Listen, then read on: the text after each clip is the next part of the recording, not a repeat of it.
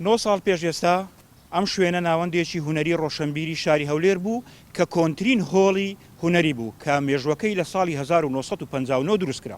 بەڵام پاش تێپەڕبوونی 53 ساڵ بەسەر دروستکردنی ئەم هۆڵە بە بیانووی نۆژەنکردنەوە و سەرڕای ناڕزایی زۆری هونەرمەندان ئەو هۆڵە تێک درا و بێجگە لە قیتکردنەوەی ئەم چەندینگەیە هیچی تری لێ دروست نەکرا. ئێرە شوێنی کۆنترین هۆڵی ڕۆشنبیری و جەماوەری شاری هەولێرە 62 ساڵ لەمەوبەر بە ناوی هۆڵی گەل دروست کرا و سەرڕای ناڕزایی زۆری هونەرمەندان چەندین ساڵە بە بیانووی نۆژەنکردنەوە تێک دراوە. بەڕاستی ویستم بڵێم کە دەیانەوێتن هوەری کوردی شانۆی کوردی بمرێ کە ئەو هۆڵیان تێکدا یعنی بنبڕ بێ تا ئێستا ئەوە چەند ساڵە شانۆگەریی خۆمانمان نەدیتووە.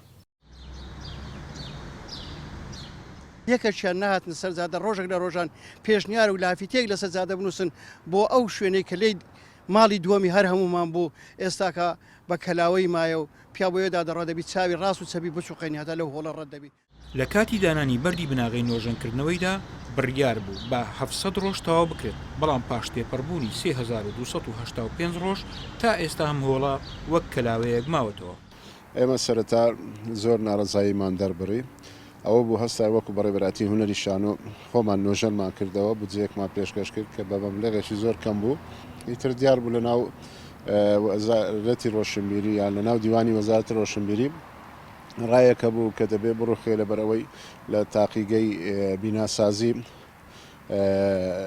دەرنەچوە و گومانی ئەوان هەیە هۆڵەکە دەڕوخێ. ئەوە بوو ڕوخاندیان و بودجێکیان وەرگرت بۆ ئەوەی هۆڵەشتر لەوێ دروست بکەن.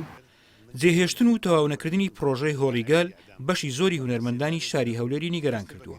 هونەرمەندان چەخت لەوە دەکەنەوە. تێکدان و جێهێشتنی هۆڵی گەل بەم شێوەیە کار و چالاکی هوەری لەم شارە زیاتر لاواز دەکات. ڕزگار کۆچەر NRT هەولێر.